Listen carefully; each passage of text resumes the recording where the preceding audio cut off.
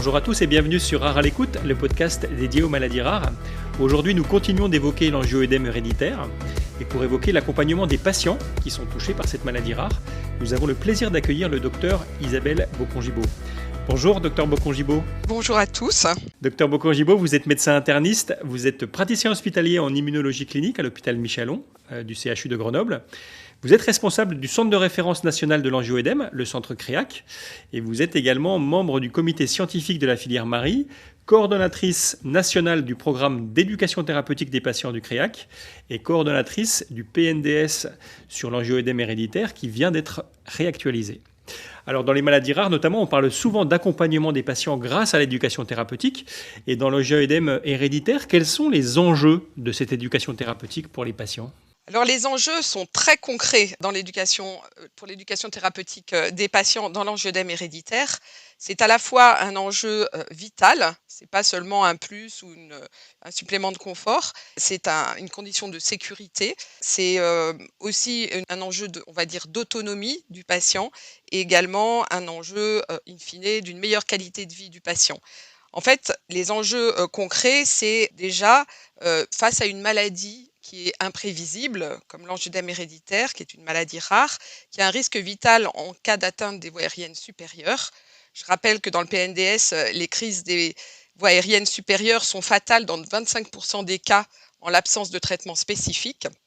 Et donc l'éducation thérapeutique permet au patient de mieux comprendre sa maladie, d'identifier les facteurs déclenchants des crises, de reconnaître une crise sévère et surtout d'administrer son traitement sans délai.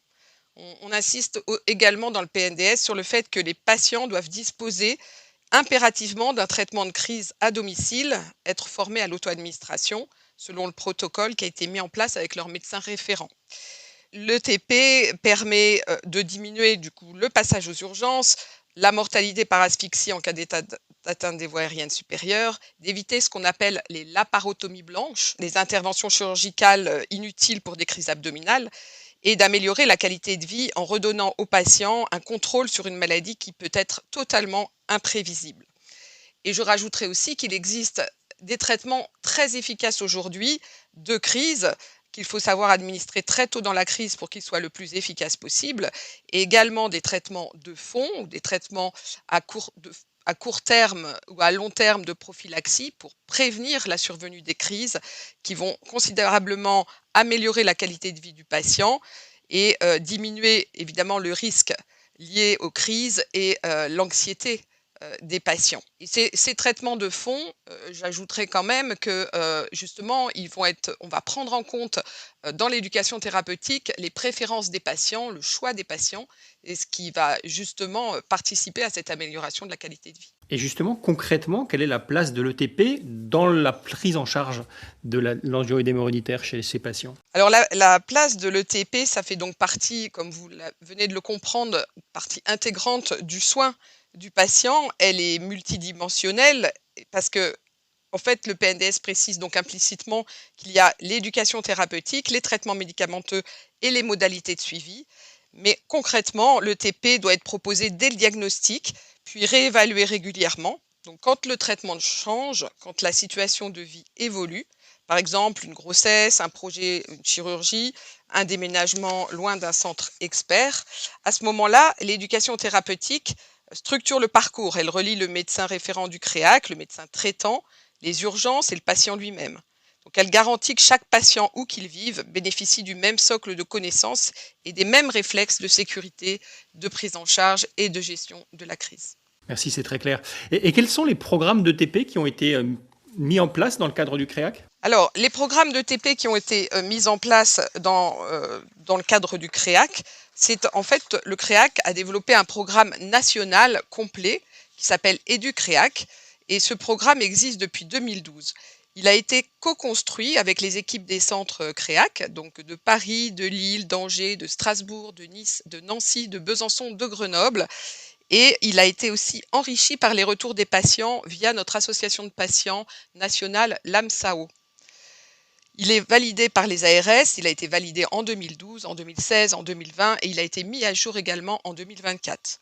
Donc il repose sur à la fois un diagnostic éducatif, ce qu'on appelle un BEP, un bilan éducatif du patient, des séances individuelles, des ateliers collectifs.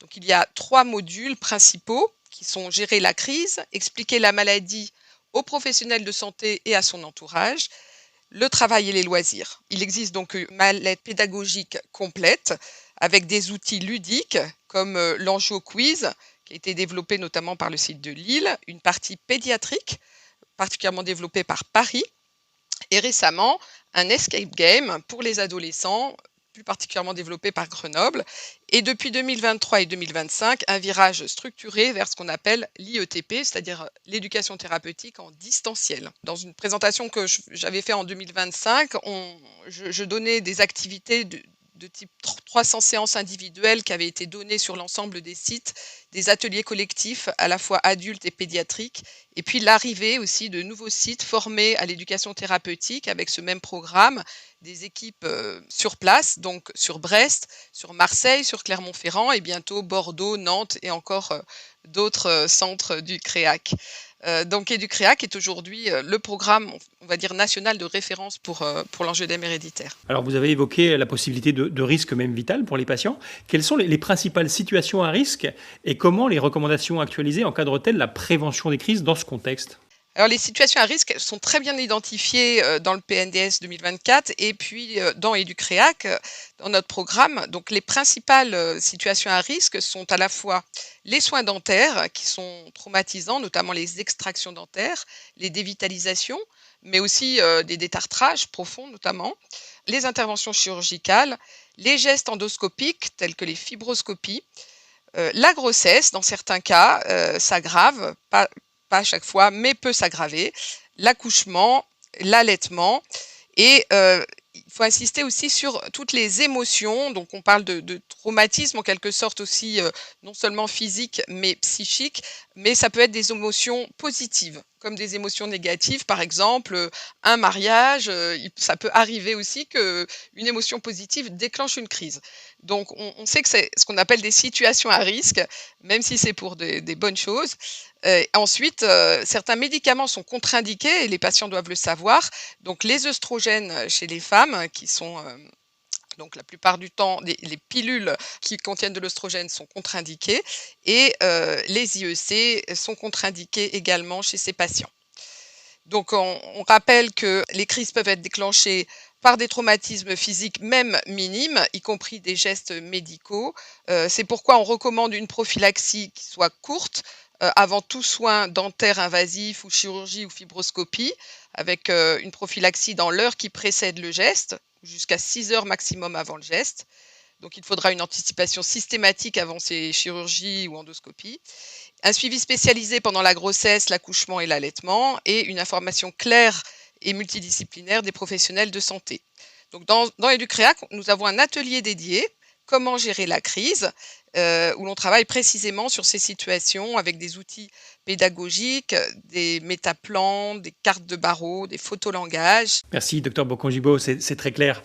Alors, vous avez évoqué l'entourage qui joue également un rôle important dans cette maladie rare. Comment impliquer les proches dans le cadre de l'ETP ? Alors, l'entourage est effectivement un acteur essentiel dans l'angioédème héréditaire. Vous l'avez compris, les gestions des crises impliquent en fait non seulement le patient, mais très souvent un membre de l'entourage, tel que le conjoint, le parent quand il s'agit des enfants. Quand on forme à l'administration le patient, on forme également, si possible, un proche qui doit de toute façon être présent à la consultation. En tout cas, elle est proposée aux proches et aux patients. Donc pourquoi les proches s'impliquent dans cette maladie ? D'abord, ils peuvent reconnaître la crise sévère, et ils peuvent aider, bien sûr, à la fois en pratique, à l'auto-injection. Ils peuvent aussi aider psychologiquement, émotionnellement, leur conjoint ou leur enfant, enfin le patient, et médicalement, du coup, pour gérer la crise.